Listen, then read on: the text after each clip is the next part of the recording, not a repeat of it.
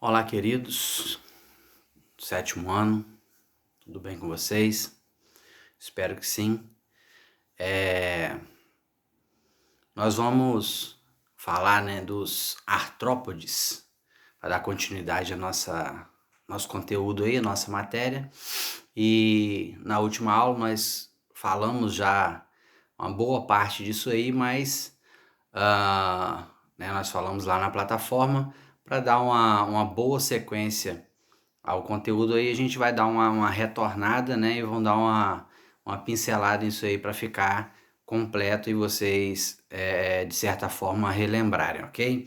Na página 260 do livro de vocês, lá os artrópodes, como nós dizemos na aula, artrópodes está referindo-se, o nome ele se refere a uma característica desse grupo, artro, de articulação, de articular, podos, pés, então, ou seja, patas articuladas, são indivíduos que têm patas articuladas, A gente vê aí na foto uma formiga, as articulações, vê que as pernas dobram, então é a característica desse grupo principal,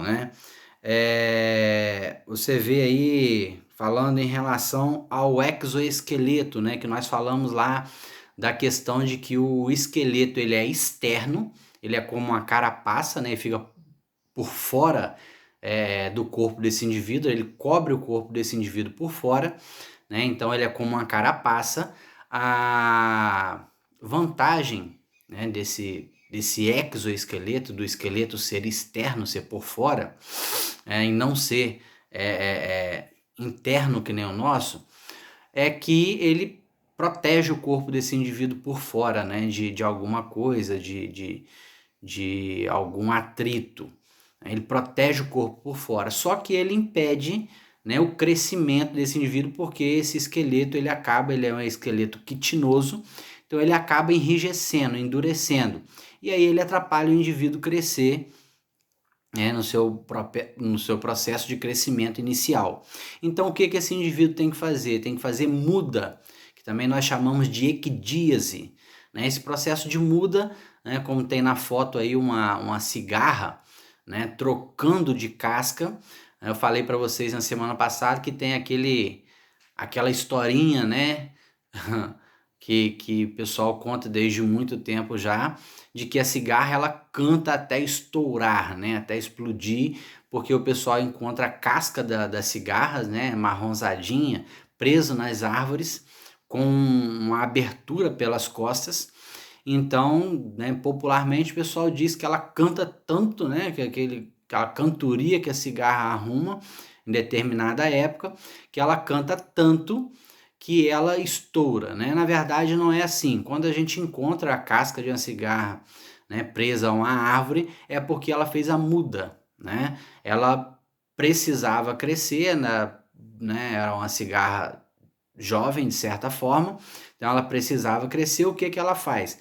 Ela abre, o seu exoesqueleto pelas costas e sai de dentro desse esqueleto, Deixa aquele esqueleto aí, e o novo esqueleto dela, ele é mole, ele é maleável, Então ele ainda é jovem, ele está fresco porque estava, no corpo dela ali se formando, e então ele está jovem, então permite o crescimento desse indivíduo.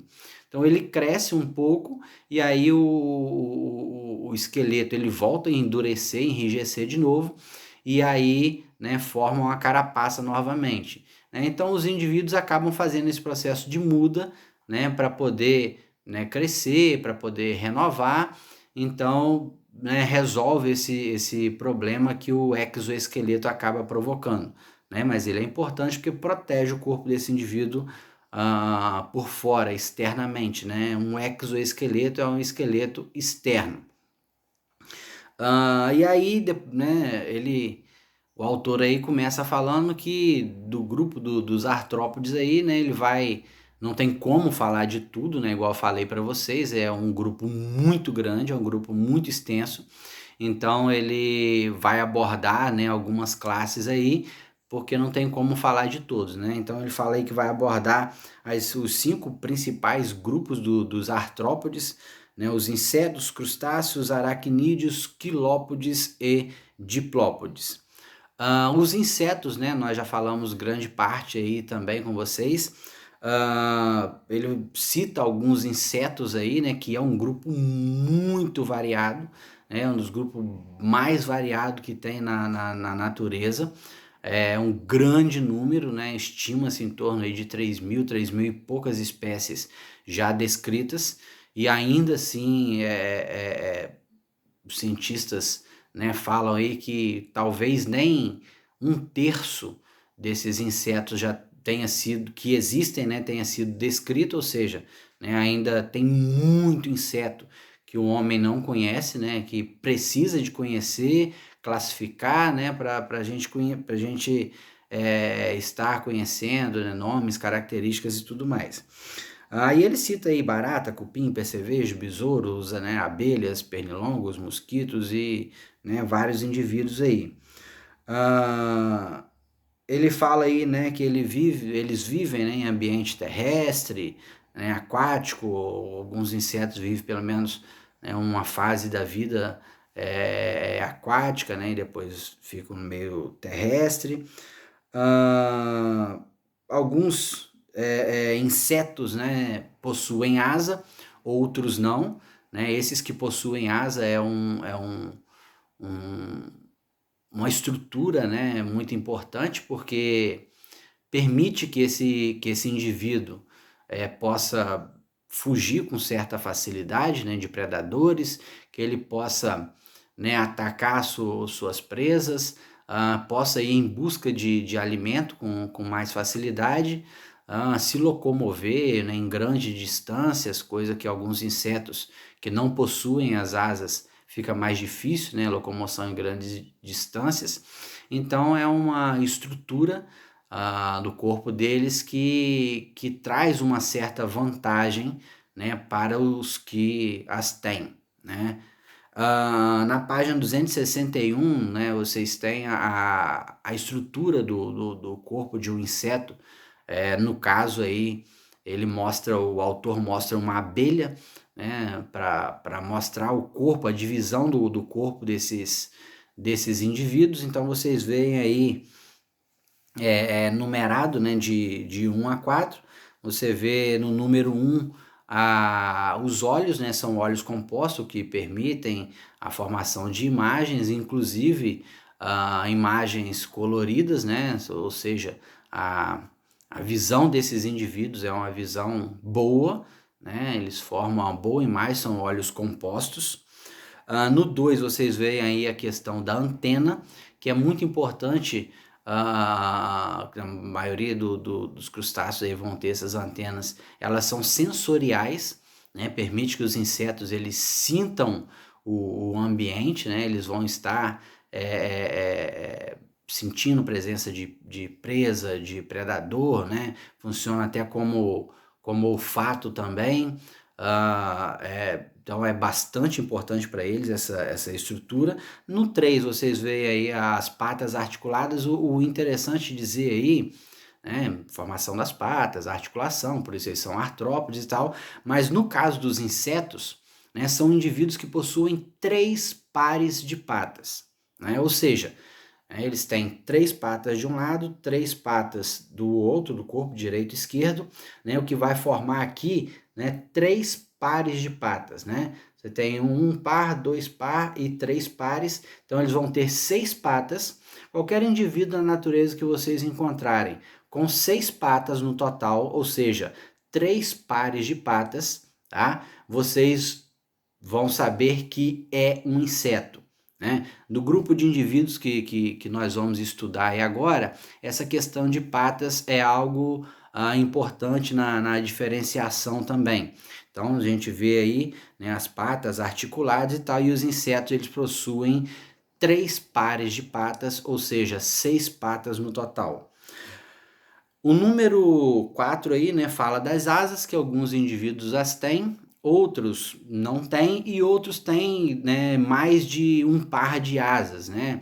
A gente vê insetos igual as moscas que param no ar, né, batendo as suas asas, são indivíduos que possuem mais de um par de asas, né, que a gente estudando, a gente vai ver que tem até nome diferenciado, né, igual as moscas que tem os balancinhos e tal, que permitem, né, o batimento da asa desse indivíduo, permite inclusive que eles parem no ar, né? É diferente do caso do beija-flor lá, né? Que para no ar também. Qualquer semelhança é mera coincidência, né? Ele não é um inseto, é uma ave, mas, né, tem essa semelhança. E fala aí, logo abaixo da figura, que a alimentação é bem variada, né? Tem indivíduos herbívoros, que exemplo o caso dos pulgões. Alguns indivíduos aí são carnívoros, né? Igual alguns besouros. Tem indivíduos onívoros, né? Aqueles onívoros são aqueles indivíduos que têm uma alimentação diversificada, né? Variada, igual é o nosso caso, que a gente come de tudo, né? Somos carnívoros, somos herbívoros, né? Então, essa alimentação diversificada, né, são chamados de onívoros. E alguns indivíduos são parasitas, né? Igual as pulgas, né? Que caracterizam como indivíduos parasitas, né? Então, a alimentação desse grupo, né, de insetos é bastante variada, tá? Respiração dos insetos, né? Fala aí da respiração traqueal, né? Eles têm um grupo de tubos espalhado pelo corpo, que são as traqueias, que a respiração vai ser traqueal, né? Por ser esse grupo de tubos serem traqueias. Em alguns locais do corpo, né, espalhado pelo corpo, esses tubos eles vão externizar, eles vão ter contato com o meio ambiente, eles vão se abrir, né, pro meio ambiente aí, e, né, esses locais são chamados de espiráculos, e aí eles vão poder captar o oxigênio do lado de fora do ambiente, trazer para dentro do corpo, como as traqueias entregam o oxigênio diretamente para os tecidos, né, para as células lá, eles não precisam de pigmento, igual a gente tem a hemoglobina no nosso sangue, né, que dá o pigmento vermelho, e acaba sendo o que se prende ao oxigênio e ao gás carbônico para poder transportar pelo corpo. Como eles, né, as traqueias, né, entregam diretamente ao tecido, eles não precisam desse pigmento. Então, eles não têm pigmento sanguíneo para poder se prender ao oxigênio para poder transportar, né? As traqueias fazem esse trabalho e entregam diretamente aos tecidos. A questão da reprodução, né, ela é sexuada e fertilização interna, ou seja,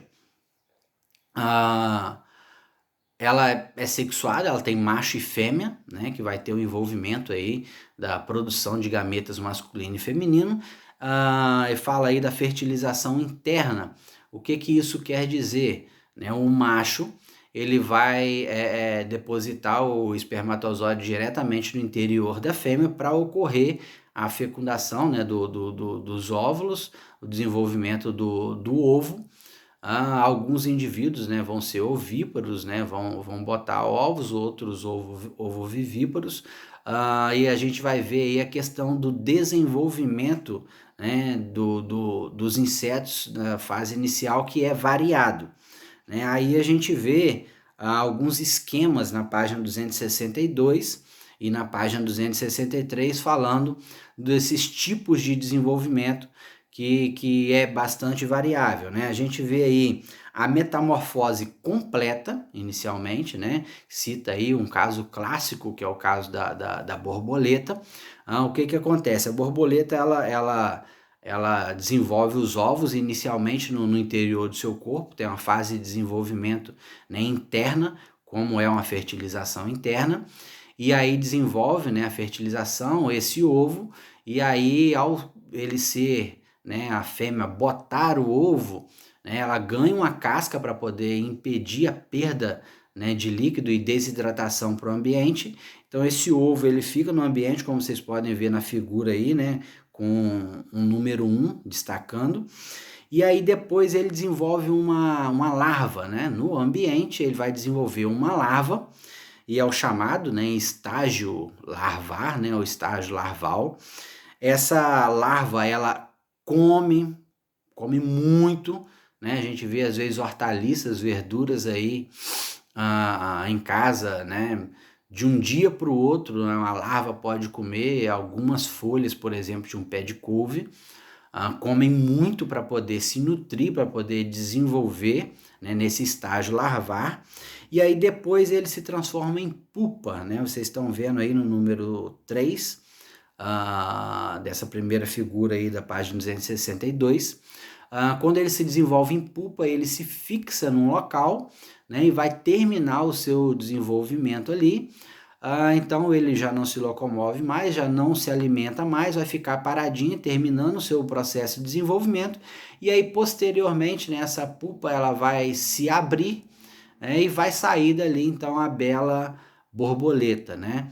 Que inicialmente era ovo, depois virou uma larva, depois virou pupa, e aí então sai a borboleta. Esse é um processo de metamorfose completa, né? Metamorfose, lembrando, é um processo de mudança, né? De transformação, metamorfose.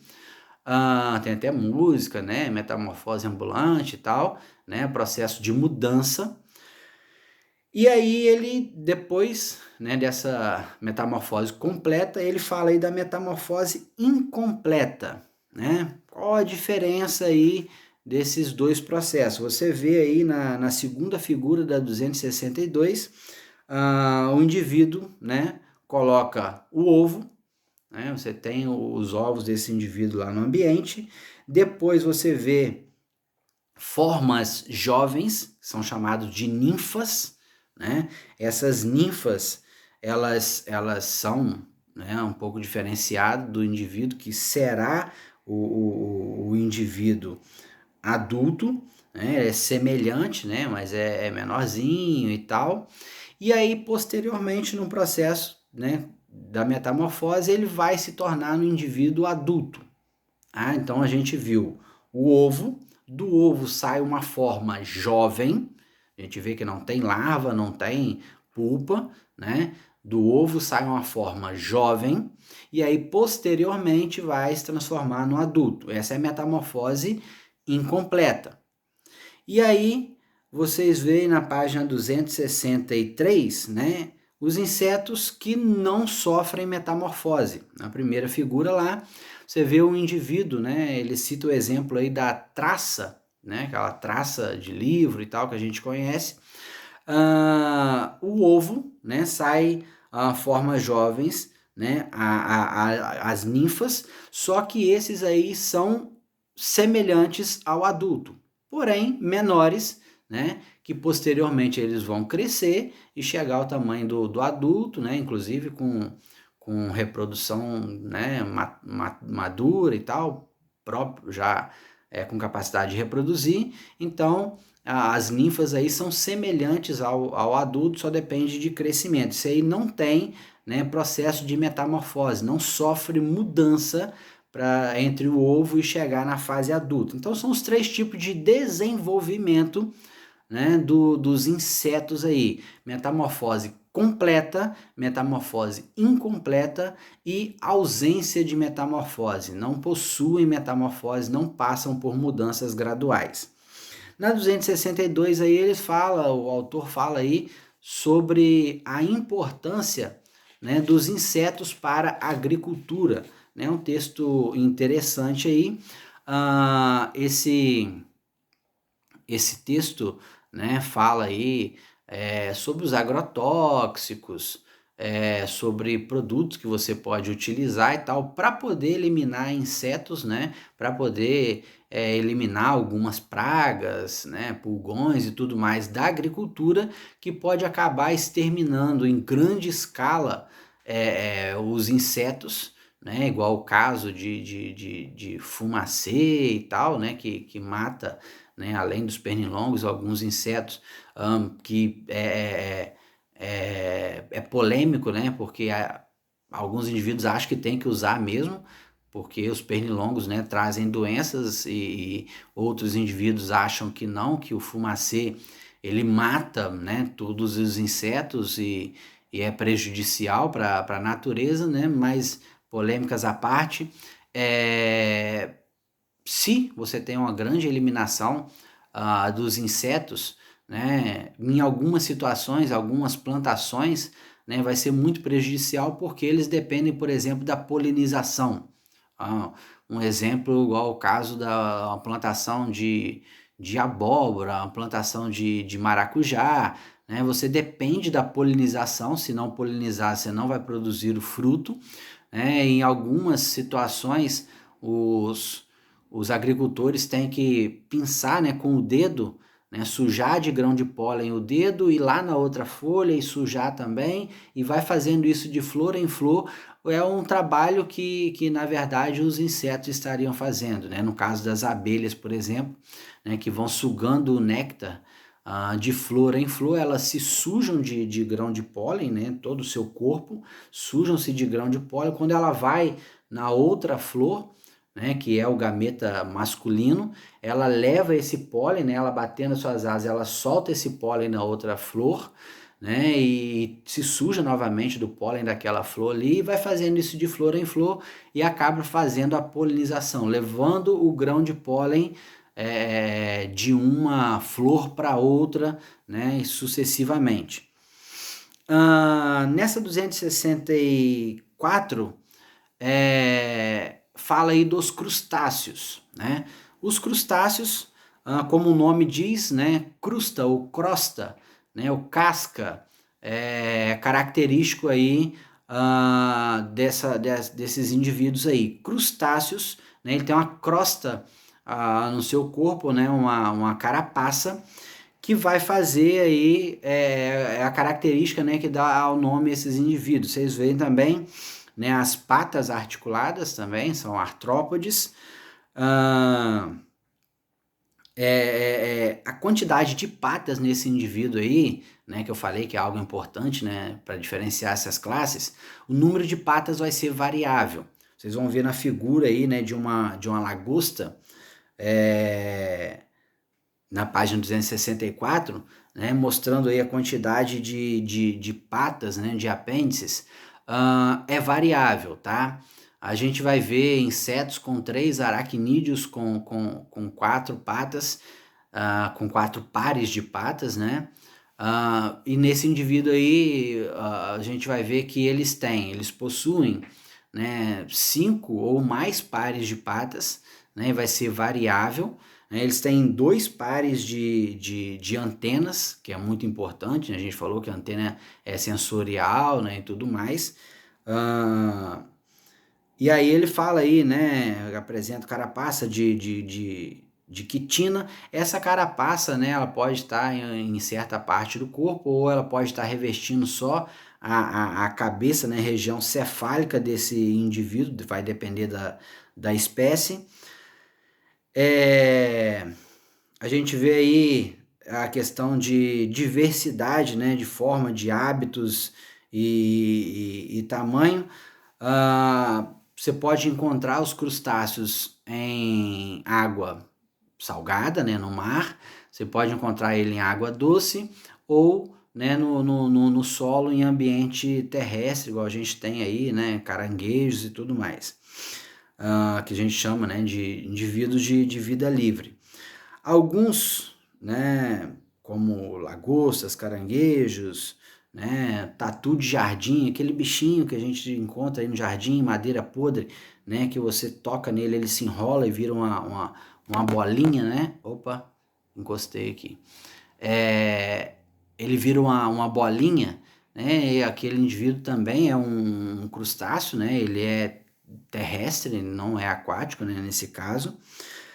A organização, né, do corpo aí é bem variável. Alguns desses apêndices, né, dependendo da espécie, ela serve para poder proteger, né, os ovos, por exemplo.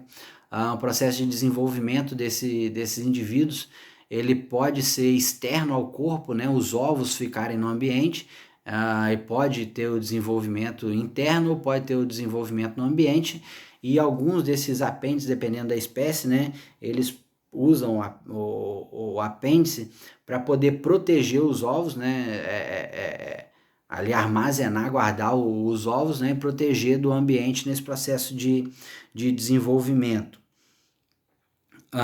Na 265, né, você vê lá em questão a alimentação desses indivíduos, né, também bastante variáveis, pode ser herbívoros, onívoros, carnívoros ou até parasitas, né. Sistema digestório completo, né, assim como nos insetos, que eles possuem de boca, né, o sistema digestório até o ânus, né, para eliminação. Então, o sistema digestório é completo. Esses indivíduos aí vão ter o processo respiratório por brânquias, ou seja, né, tem aquela estrutura branquial, né, igual os peixes têm, que vão utilizar para poder fazer as trocas gasosas na água, né? Alguns indivíduos aí vão precisar, porque são aquáticos, né? Quando estão dentro d'água, eles precisam fazer a troca gasosa por brânquias, né? Os indivíduos que estão na água, e outros, né, vão viver no ambiente terrestre. A maioria tem sexo separado, né? Vão ter macho e fêmea, né? A maioria dos indivíduos aí dos crustáceos. Ovípara, né? Possuem fecundação interna, igual lá nos insetos, também são ovíparo, vão ter fecundação interna. Os ovos vão desenvolver dentro do corpo da fêmea ou, né, vão estar no ambiente desenvolvendo, igual eu falei, que alguns indivíduos vão proteger os seus ovos no ambiente, eles colocam os seus ovos no ambiente e protegem até o processo, né, de desenvolvimento, sair do ovo. Os jovens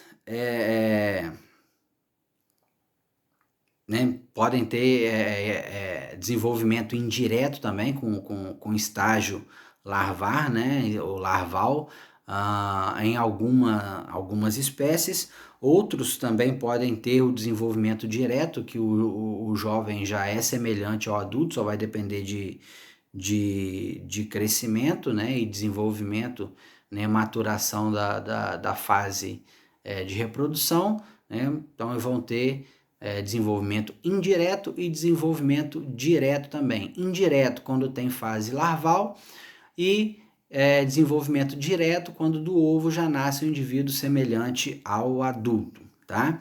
Então a gente vai dar uma pausa por aqui, que o vídeo já está com 28 minutos, e depois a gente vai continuar em outro vídeo aí falando dos aracnídeos, ok?